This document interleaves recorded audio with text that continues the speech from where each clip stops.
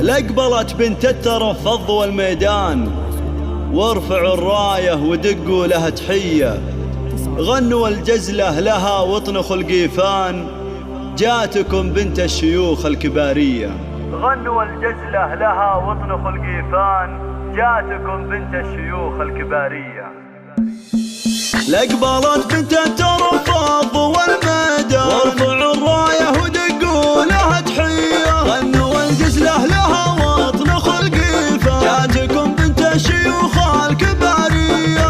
الأصيلة طيبها كالمطر والكريمة كفها دوم رهية، والكريمة كفها دوم رهية، في غلاها كأنها اللؤلؤ والمرجان، في حلاها والسنع دوم زاهية.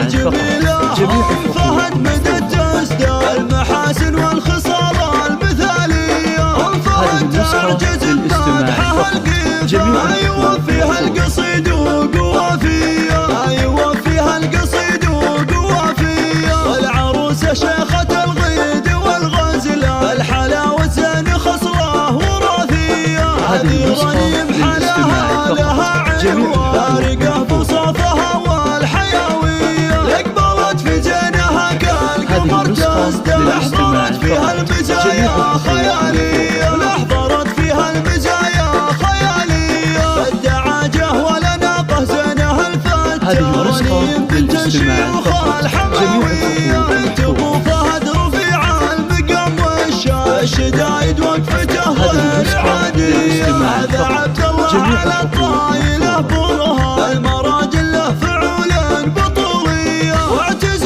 باخوانك اهل الفخر والشرف، عضيد وذخر الادارة الهية، اخواتك زينه نياس حر الاعيان، الحلا والملح وصافي حورية، الحلا والملح وصافي حورية. لأقبلت بنت الترفض والميدان، وارفعوا الراية ودقوا لها تحية، غنوا الجزلة لها واطنخوا القيفان، جاتكم بنت الشيوخ الكبارية.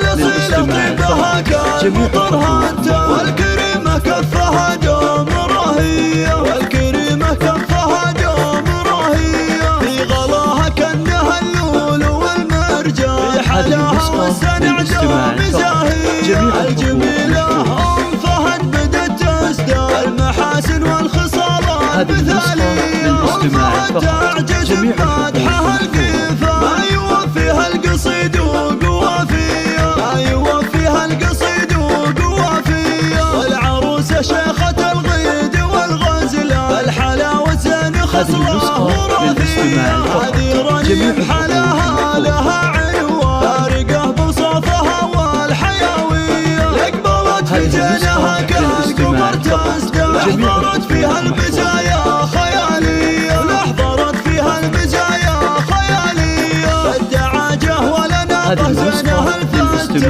رنيم بنت الشيوخ الحموية، بنت ابو فهد رفيع المقام والشدايد وقفته غير عادية. هذا عبد الله على الطايلة برهان، المراجل له فعول بطولية، واعتز باخوانك اهل الفخر والشرف، عضيد وذخر الادارة الهية، اخواتك زينه نياس حر الاعيان، الحلا والملح وصافي حورية، الحلا